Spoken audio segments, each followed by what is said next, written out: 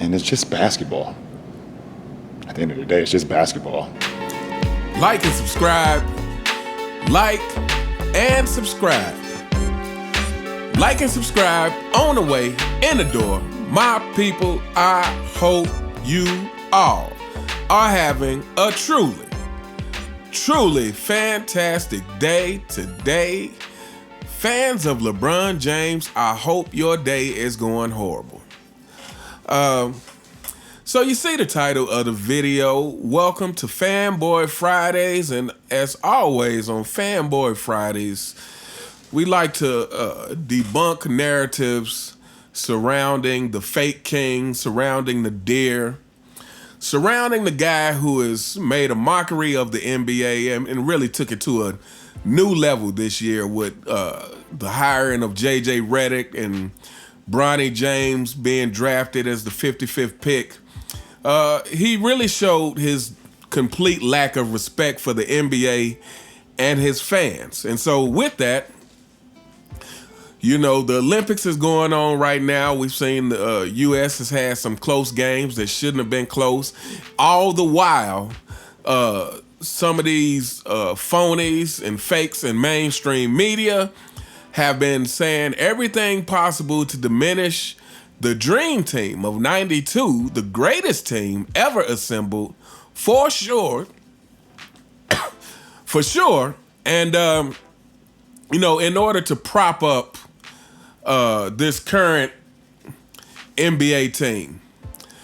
So we're going to start this off by talking about Steve Kerr. And apparently Steve Kerr came out and had to call out this current team for not hustling. So let's get this video started by reading an article from the Bleacher Report. And it says, Kerr calls out Team USA after watching tape from close wins versus Germany and South Sudan. And it says, despite going 5-0 in its exhibition run leading up to the Paris Olympics, the Team USA men's basketball team showed some flaws in close games against Germany and South Sudan. Per ESPN's Brian Windhorst, head coach Steve Kerr was not happy with some of the things he saw during the film session and put the team through its most intense practice of the summer on Thursday in preparation for Sunday's Olympic opener against Serbia. That's what today is about. It's the reminder, it's time. We're here, Kerr said. So it's got to be 40 minutes of force and attention and focus. And we can't let teams outplay us. We can't let teams outplay us effort and energy-wise, like we did the other night against Germany, like we did against South Sudan. Kerr went on to add, it's literally 6 games, and watching the tape, we're jogging through some possessions. We're not hitting bodies on box outs, and so it's time. It's time to lock in on that. Good luck with that, Steve.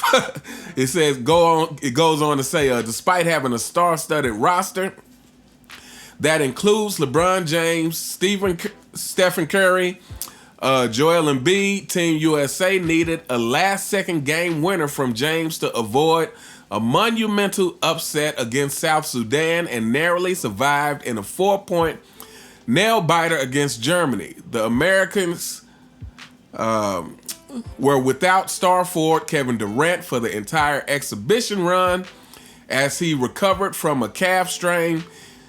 James told his teammates that it was effing good that they faced adversity ahead of the Olympics because it would benefit them in the long run. All right, so let me start this off by saying I don't hate LeBron James, but I am completely over and tired of this guy. I'm completely tired of him saying things that he actually doesn't do, that he actually doesn't believe. Again, LeBron James is a politician, and it's like he knows the correct things to say. Yeah, that sounds good, LeBron. It was effing good that they faced adversity because it would benefit them in the long run. The problem, LeBron, is according to Steve Kerr, the hustle's just not there. But here's the thing. This is not something new to LeBron James. This is LeBron James for most of his career.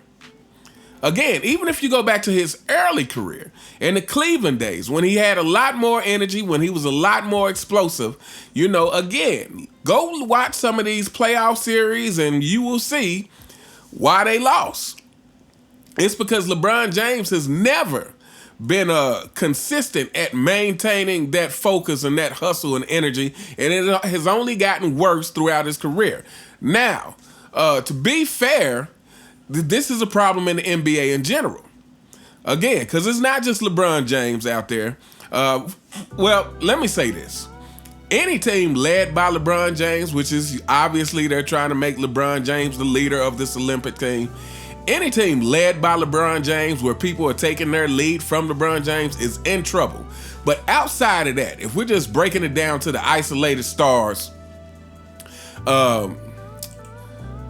let's see. Who we got? So you got Steph Curry, you got Anthony Edwards, you got Durant, you got LeBron, you got Tyrese Halliburton, you got Tatum, Joel Embiid, Drew Holiday, Bam Adebayo, Anthony Davis, Devin Booker, Derek White. None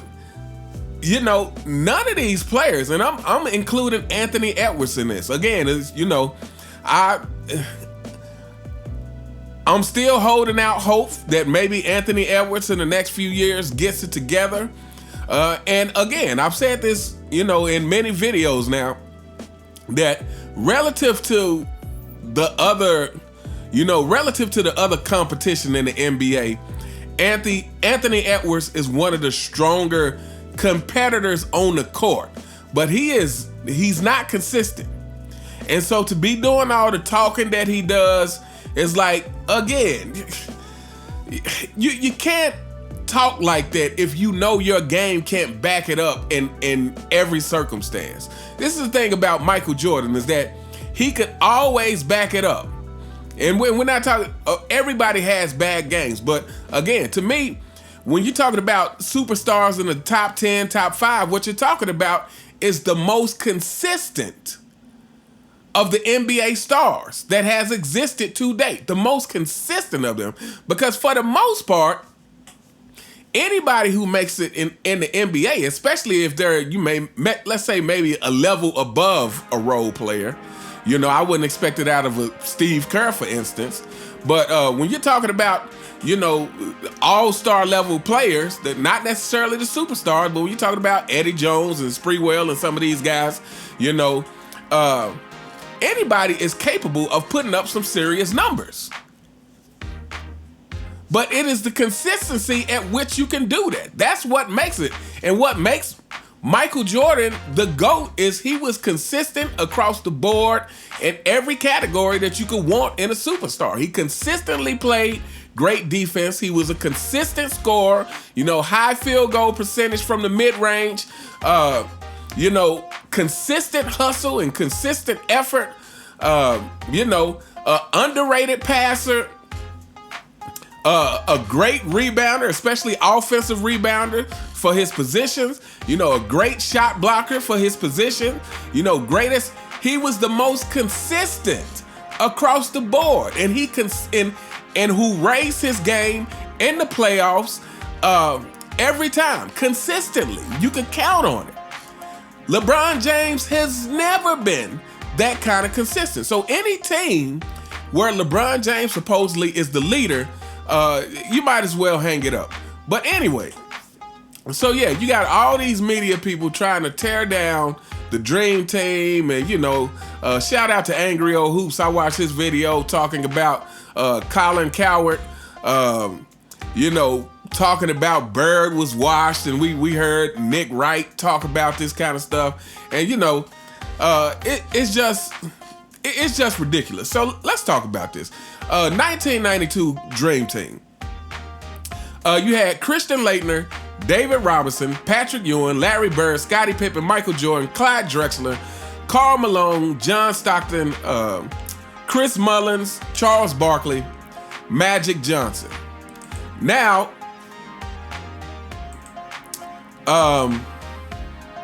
Larry Bird, they're saying he was washed. Larry Bird averaged about 8.5 points during the 1992 Dream Team run. But here's the thing.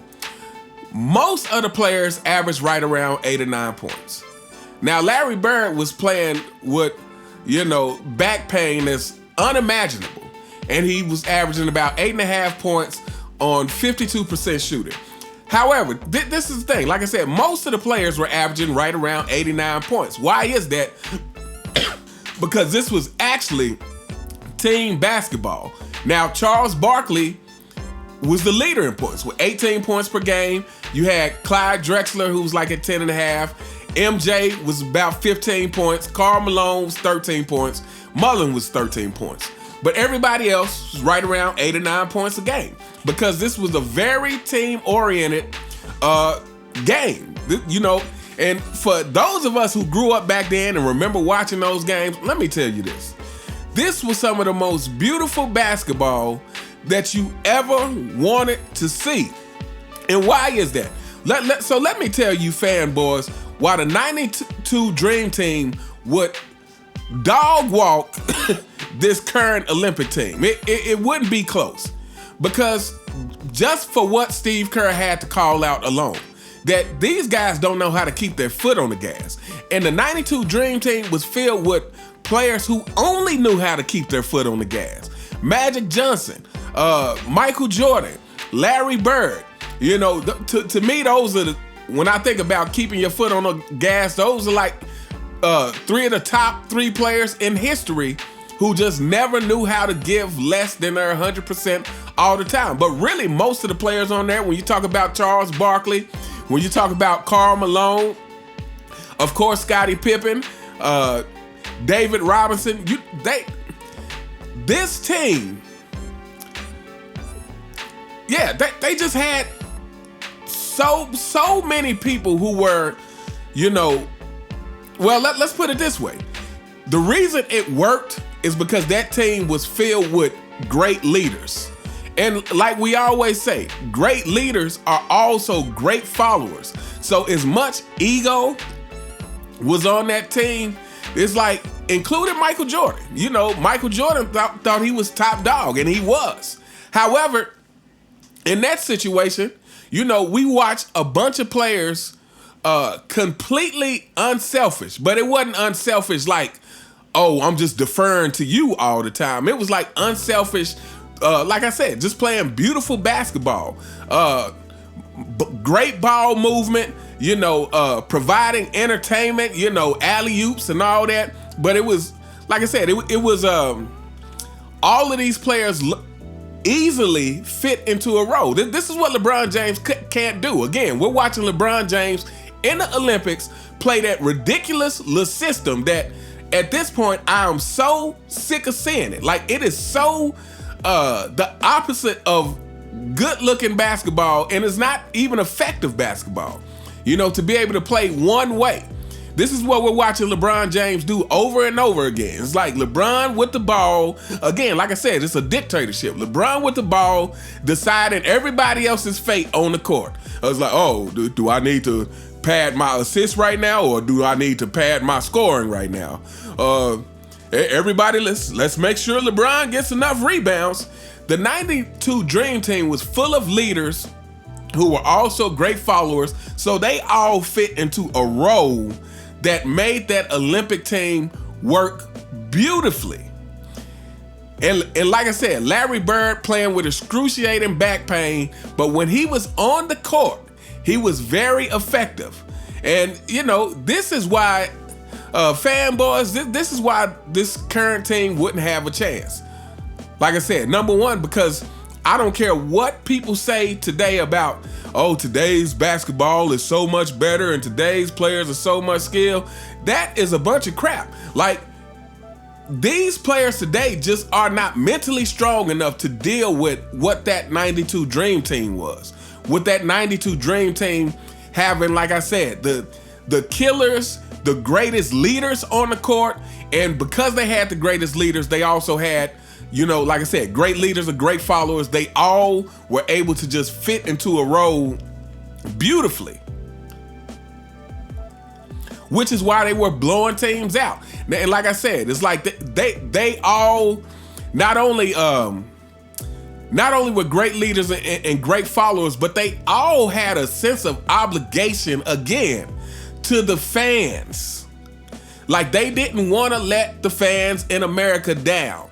Like they had that. It was unselfishness. This unselfishness that they felt obligated to deliver to the fans. So again, it was none of this jogging down the court as Steve Kerr was complaining about. This not hustling. Like I said, when I was watching the South Sudan game, I watched this player who was, about half LeBron's weight and shorter than LeBron, boxed LeBron out, and LeBron was not making any effort to get around this guy. I mean, it's just completely despicable.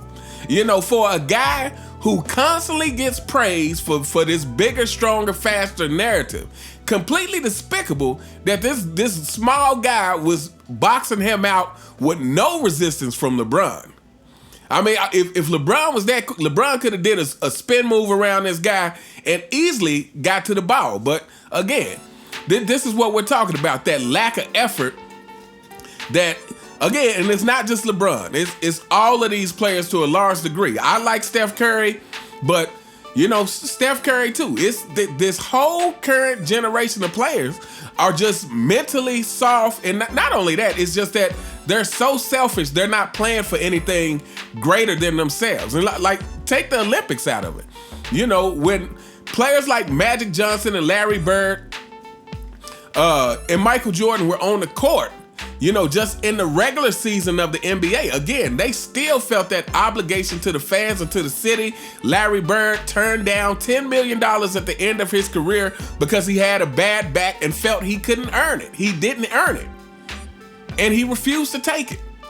Someone who's a legend in the game. Again, this is integrity. This is understanding that, it's more about, it's about more than your own selfish gain out here.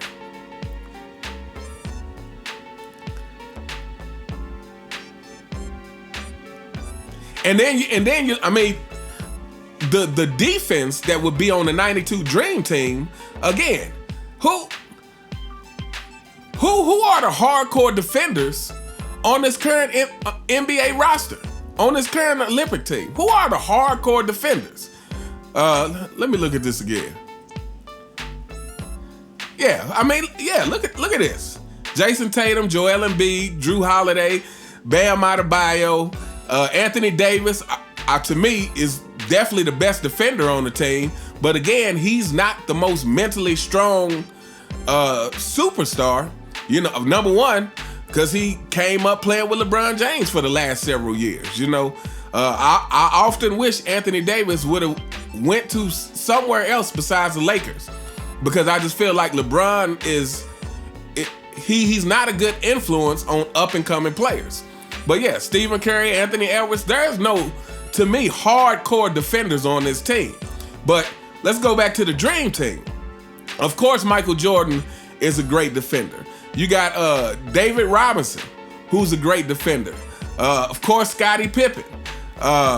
Larry Bird is an underrated defender. Karl Malone. Charles Barkley. To me, you had people who had that, again, that willingness to put it all out there on the line. But anyway, we are gonna hold up here. Yeah. And let me not forget, John Stockton was a good defender as well. But yeah, we're gonna hold up here. But yeah, all this talk about, this trying to hype up this current team. And then again, this is more of the whole La Media thing. This is more of that La Media, agenda to try to diminish the players of the past. This is LeBron James' thing, because this is the only way that they can try to prop up LeBron James. This is the only way that they can try to prop up this current NBA, is by making it seem, by diminishing the players of the past. Because If this current NBA was actually that great, they wouldn't have to do that. The game would speak for itself, but the fans have been complaining about this game. The fans have been complaining about the game for years. So there's obviously something wrong. And so, yeah, but fanboys, I'm sorry to tell you. Yeah, this current team, I know you guys want to think, LeBron James, he's 40 years old and he's leading the Olympic team. He's carrying the torch. I tell you what, if they do not win the gold medal, like I said, because I will not be surprised if they don't win it. But if they don't win this gold medal, fanboys, just stay off my channel for about a week.